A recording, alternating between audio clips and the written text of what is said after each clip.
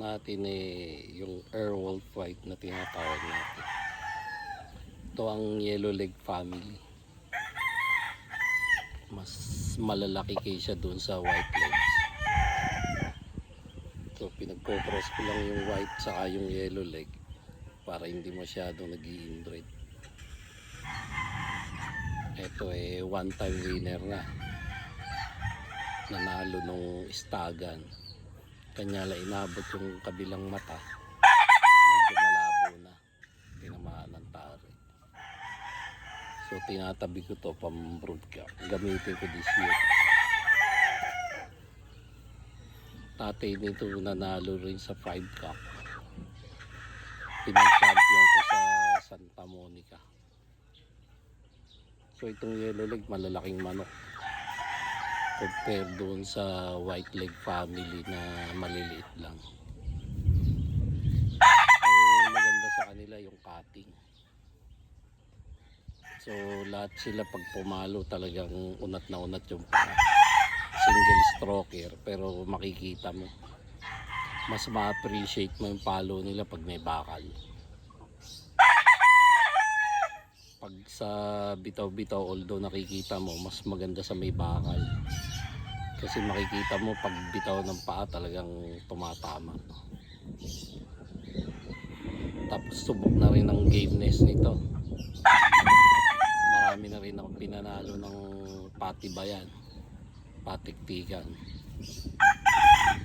Hanggat buhay ito talagang lumalaban, tumuto ka kahit na nakadikit na yung ulo sa lupa. This year pararamihin ko. Ang daming nagre-request. Kakaunti lang ang binibreed ko nito, pang maintain lang. Kaso daming nag-PPM gustong bumili. Tingnan natin, baka makaparami ng makapalabas na marami.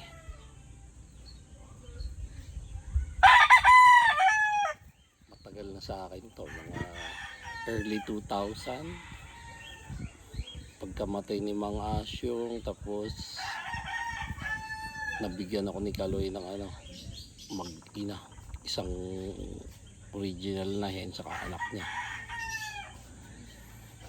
So yung white claret na babae pinaris si Mang Asyong doon sa isa niyang 11 times winner na dark red.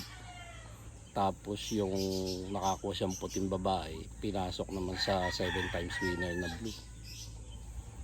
After nun doon tayo nakakuha ng lahi nila. Nakamatayan ni mga asyong mga ito, hindi na ilaban. Pero yung na-produce niya nun sa 8 magkakapatid, isang babae, 7 ang nanalong lalaki.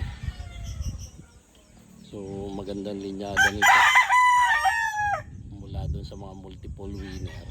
Kaya mahilig ako sa multiple winner.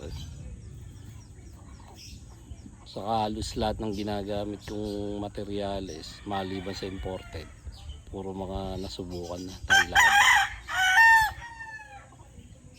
Hanggat maaari mayroong record ng panalo. Pag matagal na sa akin yung linyada, okay na yun kahit di ko ilaban kasi subuko na. Pero pag bago sa akin, hanggat maaari tetestingin.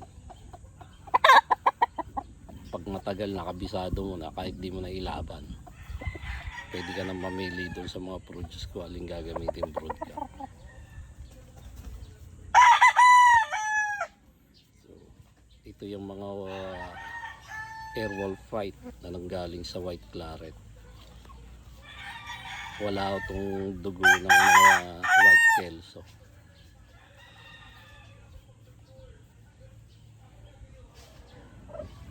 Susunod naman pakita ko yung mga white legs, mga medium station lang.